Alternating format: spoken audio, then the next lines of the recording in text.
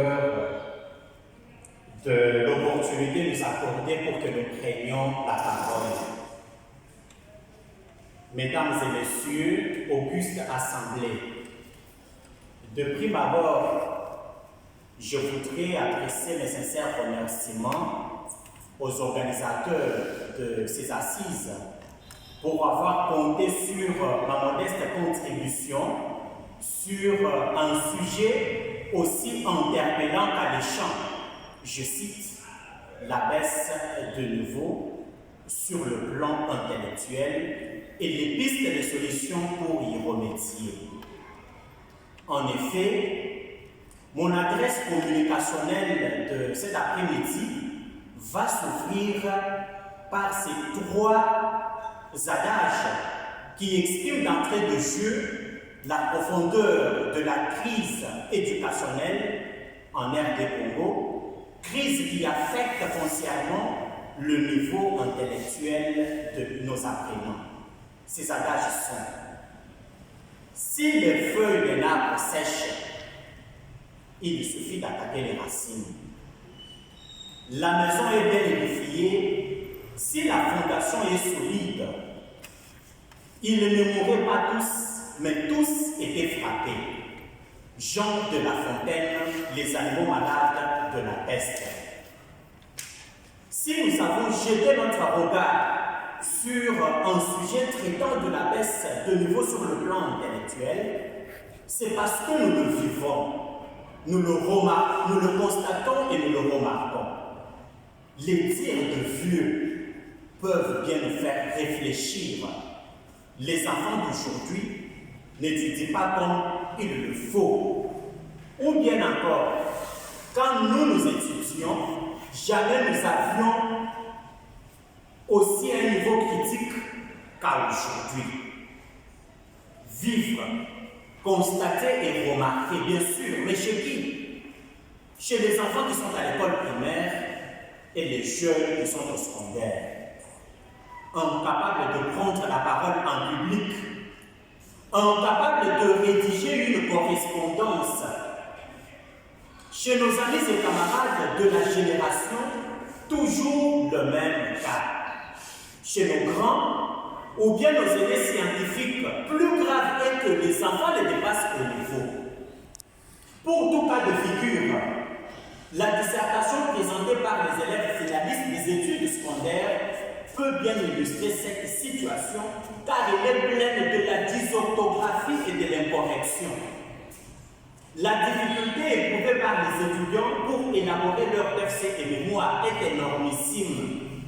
Voilà pourquoi tombe-t-il dans ce qu'on appelle plagiat.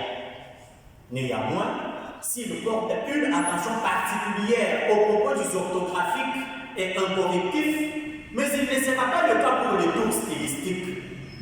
Dans le domaine de sciences appliquées et pratiquées, vous trouverez toujours qu'il existe un écart entre les vieux et les jeunes, pour signifier que le niveau de jeunes est devenu de plus en plus bas. Tout ça, chers amis, c'est nous jeunes qui en assumons parce que c'est notre négligence. Mais la question majeure que nous pouvons nous poser se formule de cette manière. Quels sont les facteurs de base qui entrent en jeu pour que nous parlions de la baisse de niveau des enfants et des jeunes? Nous pouvons à notre niveau en épingler les principaux. Le premier facteur, l'État. Le deuxième, l'enseignant. Le troisième, le parent. Le quatrième, l'élève ou le jeune lui-même. Il est vrai que l'on puisse gagner sa vie sans avoir étudié, mais pour la plupart des cas, la vie se gagne et se réussit en passant par les études. C'est le seul moyen parmi tant d'autres. C'est donc ce moyen qui nous oriente et nous permet de nous rendre compte de notre niveau. Voilà la raison pour laquelle nous pouvons attester que l'enseignement est au carrefour de toutes les autres carrières. S'il est bafoué, alors les restes ne pourront jamais bien fonctionner. Primo, l'État. Comment l'État constitue-t-il un facteur causal et contribue-t-il à la baisse de niveau des enfants et des jeunes? Ou bien, la meilleure question à se poser serait celle-ci. Comment penser que l'État qui gère la politique nationale de l'éducation soit un facteur causal de la baisse de niveau des apprenants. Il y a plusieurs années que l'État s'impliquait fondamentalement dans la politique nationale de l'éducation. Il veillait sur la formation des élèves en surveillant la prestation des enseignants et la viabilité des établissements de formation. L'État par rapport à l'élève. Les conditions que l'État posait influençaient positivement l'évolution des élèves dans des différentes filières à l'université partant de leurs compétences et de l'évolution de la science. C'est qu'à travers ces conditions, l'apprenant était dans une dynamique de la croissance de l'intelligence ou du savoir. En outre, la réussite d'une pareille politique éducationnelle était liée au fait que l'État lui-même prenait convenablement en charge les enseignants. Les parents ne s'inquiétaient de frais scolaires comme aujourd'hui. Avec le gouvernement congolais actuel, nous saluons à ce sujet les efforts mis en place pour la mise effective à l'application de la gratuité de l'enseignement de base. Mais, entre-temps, demandons à ce gouvernement à veiller de plus en plus à la construction des infrastructures scolaires pouvant accueillir plusieurs élèves et de rémunérer correctement les enseignants afin qu'ils se donnent profondément à la formation des apprenants et évitent les antivaleurs telles que la corruption et les points sexuellement transmissibles. L'État ne donnait pas de l'agrément à n'importe qui pour ouvrir une école ou une université. Mais aujourd'hui, nous assistons à la montée exorbitante des établissements d'enseignement qui, pour des besoins du lucre, minimisent l'engagement suffisant de meilleurs enseignants, ce qui conduit à la formation bâclée, cause de la baisse de niveau intellectuel des apprenants. Ils ne contrôlent pas leur formation. Par rapport à l'étudiant, la bourse d'études était octroyée et tant d'autres avantages. La restauration et le logement dans des hommes étaient garantis. L'étudiant était ainsi mis dans de bonnes conditions de travail et devait donner le meilleur de soi-même. Dans un pareil environnement, la corruption et d'autres maux qui gangrènent, qui rongent le milieu universitaire n'avaient pas d'ampleur comme aujourd'hui. Secondo, l'enseignant. Comme nous l'avions déjà signalé, l'enseignement est une carrière formatrice indispensable dans la vie de l'enfant. Si l'enseignant néglige le métier auquel il est appelé, quelles que soient les conséquences qui en découlent, s'il ne sait pas endurer, il contribue à la baisse de niveau des enfants et des jeunes. Par manque d'un salaire pouvant nouer le au bout du mois, l'enseignant devient cumulard. Dans une même école, il donne plusieurs cours qui ne relèvent pas de ses compétences. Il enseigne dans plusieurs écoles. Il est lui-même dans le commerce, dans l'agriculture et l'élevage. Il s'avère un homme partagé et ne se donne désormais à aucune tâche avec dévouement et passion. Dans un tel contexte, quand est-ce qu'il peut avoir le temps de faire la recherche, de mettre à jour ses notes, de préparer convenablement ses leçons, de contrôler l'évolution de chacun de ses élèves? Sans nul doute, il devient paresseux et négligent. Il n'a plus le temps de préparer la leçon à domicile. Il donne de fausseté disant qu'il a de l'expérience, alors que la science évolue. Il devient corruptible et mendiant.